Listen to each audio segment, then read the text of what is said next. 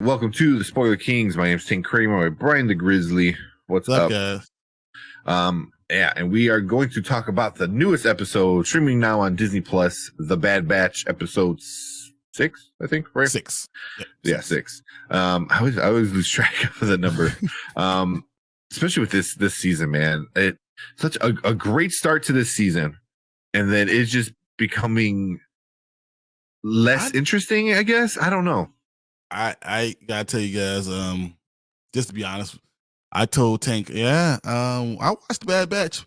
I actually fell asleep 3 times during this episode, which is crazy because it's only like 29 minutes long, 27 minutes long. And I fell asleep 3 times. I felt myself like going, I mean, I'm glad we saw the Wookiee, but I mean, that was like, okay, well, it was nothing good about this episode. There was nothing like this special about this episode. I was like, all right, guys, is it over yet? Is it over yet? Yeah.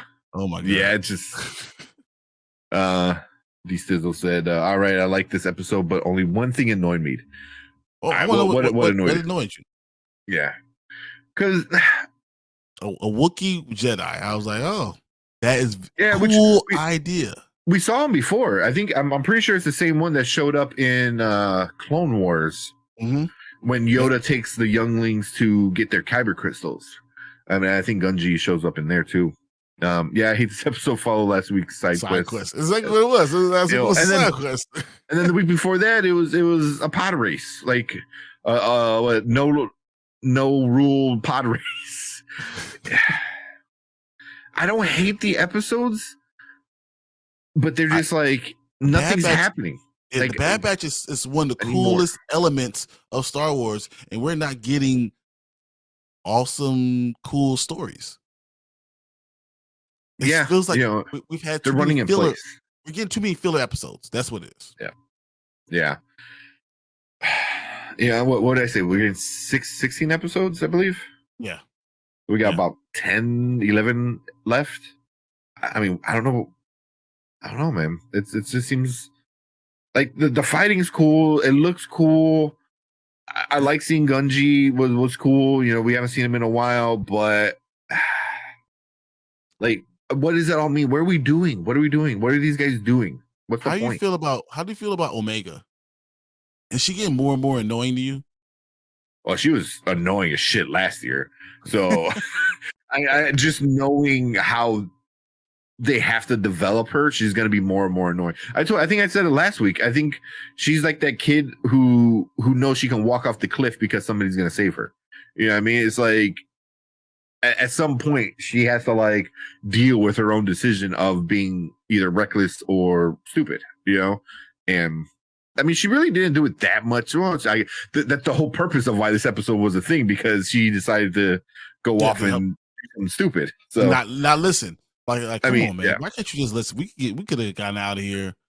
But I mean, it was the right thing, but she never listens. Like you're starting to see how bad the entire universe, the whole galaxy is how war torn and how bad everywhere is, and it's bad in every planet has a lot of bad stuff going on, and I think that these guys are going to have to start to realize that they're going to face the Empire head on. They're afraid to go to the planet with Gungi.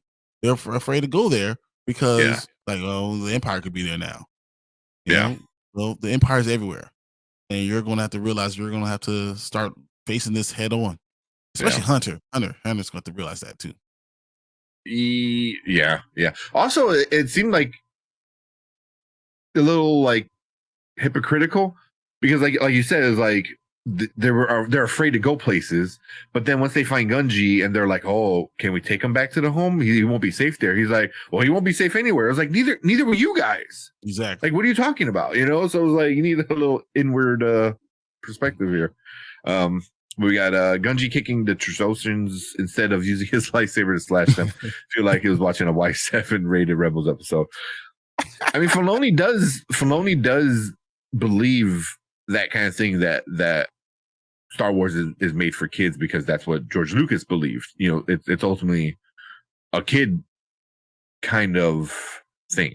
Like, it needs to be relatable for a kid to understand. And sometimes the violence might be a little too violent, which I think why he does. He's like, oh, I'm gonna make a big boy Star Wars with the Mandalorian. But I don't hate it as much. I think you can do that, but once again, I believe Star Wars, you need to have lightsabers. So all Star Wars can have lightsabers. I've been saying this for all the time. Yeah. Star Wars is you should have the Force and you should have lightsabers.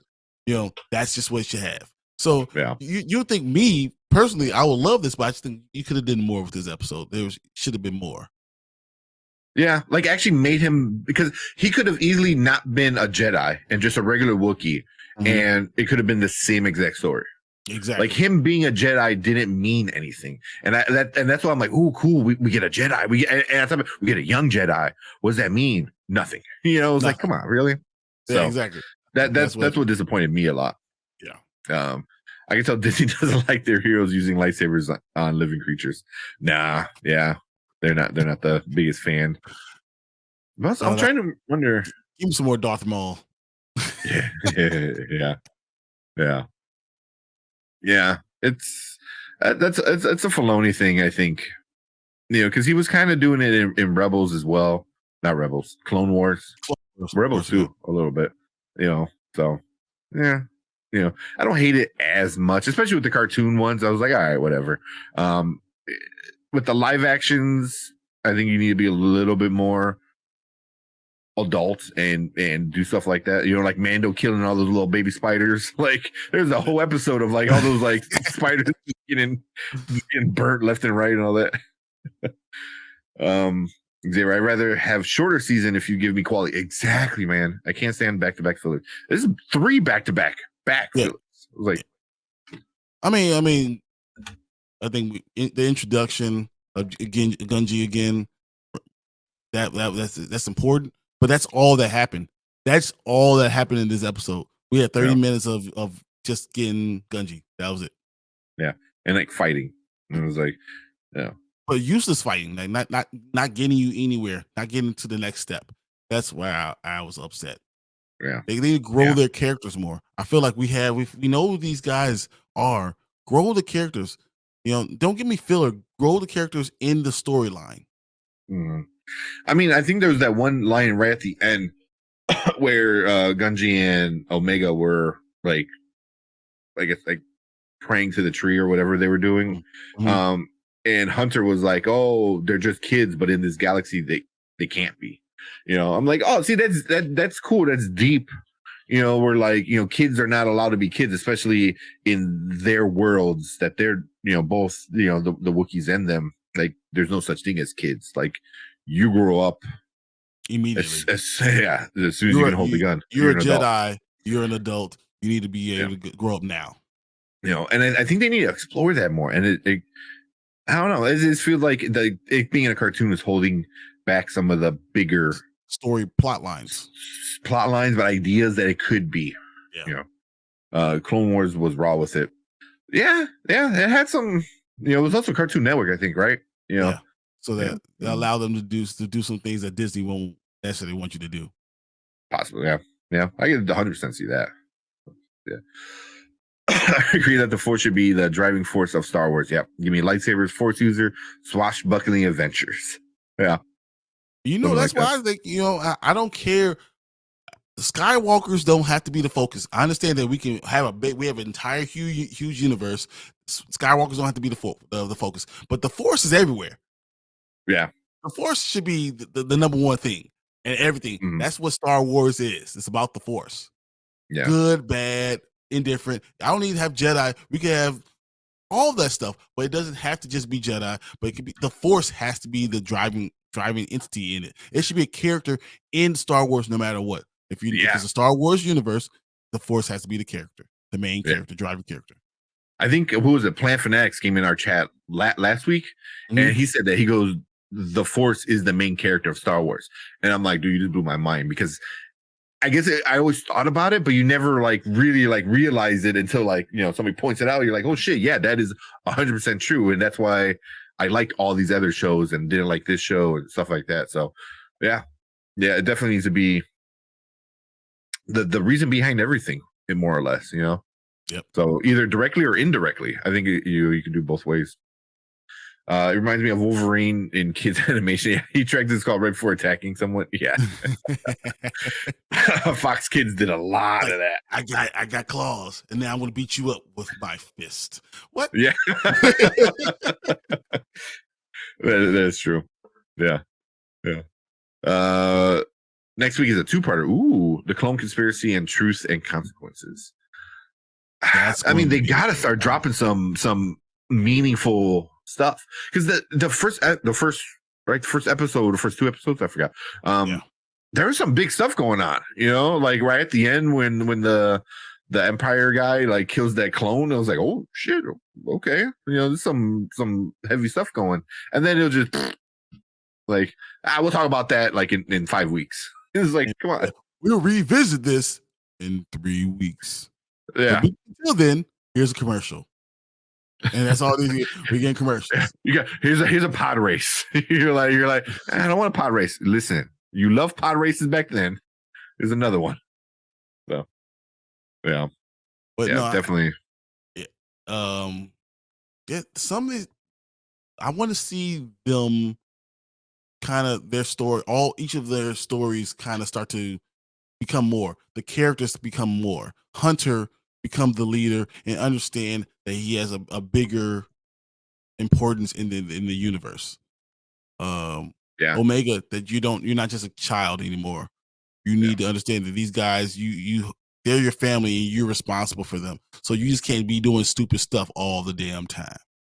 Also, we forget she's important. Yeah. Like she has a bigger role than just being a clone. You know what I mean? She was also like a clone, unaltered, and female. And female. You know, like they chose that. That's something they chose. You know what I mean? Like they decided to make her female and unedited, you know, or like not unedited, unmanipulated, you know, kind of like how Boba Fett is, but exactly female. So how important that is, and it should be important. And we haven't even talked about that. And we need to get to something important before Mandalorian starts in March 1st. You know, yeah. We need to start to these episodes need to make sense now. Yeah, yeah. But overall, man, it was just nothing major happened. You know, like you said, they found a Wookiee Jedi and they saved him. I mean, that's it. That's the entire. You know, and the Empire's everywhere. Like, but we already know that because we know Star Wars. So yeah, it just some of the fighting's cool. It looks cool, but right now the story is just it's stuck. It's not going anywhere for the past 3 episodes. And we're gonna get. I'm glad we're getting 2 episodes. I think both these episodes are going to be important. And next week's review is going to be even better because we're going to be able to say something actually happened in the story, guys. Something actually happened. Something. Yeah. Yes. You know, I'm hoping that's what we're going to get.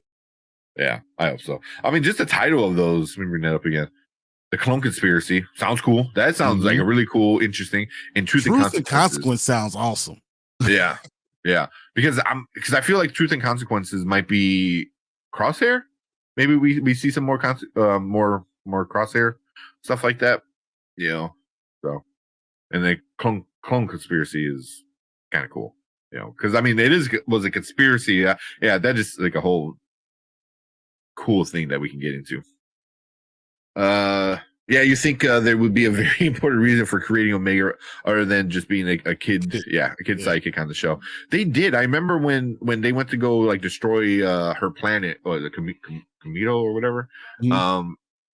That was a big thing. It was like, go get Omega, like save Omega, need her. You know, like, well, the I forgot what they're called, the alien people who had made the clones, like they made her special for a reason. Special, yeah. Mm-hmm. So I'm kind of curious because I wonder, is she like a Jedi clone? I feel like they're gonna I feel like Filoni's gonna tie in a lot of cloning Jedi stuff in his stuff. A force sensitive clone. You know what I mean? I like that idea. Force sensitive clone.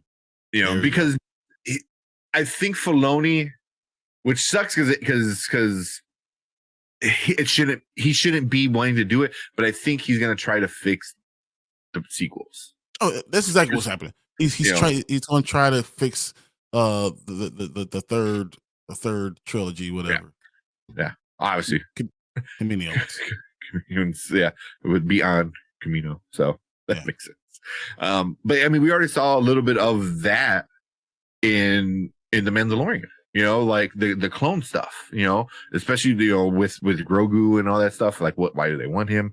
So it'd be interesting if that's why they made her different and important and unaltered. You know, like maybe she is altered, but in a way that no one else is. I don't know. That'd be kind of cool. You know, I because think she's gonna. We're gonna eventually Megan's gonna end up being a savior thing. That's what it's gonna be, some type of savior for all the clones. That's what it's gonna get down to.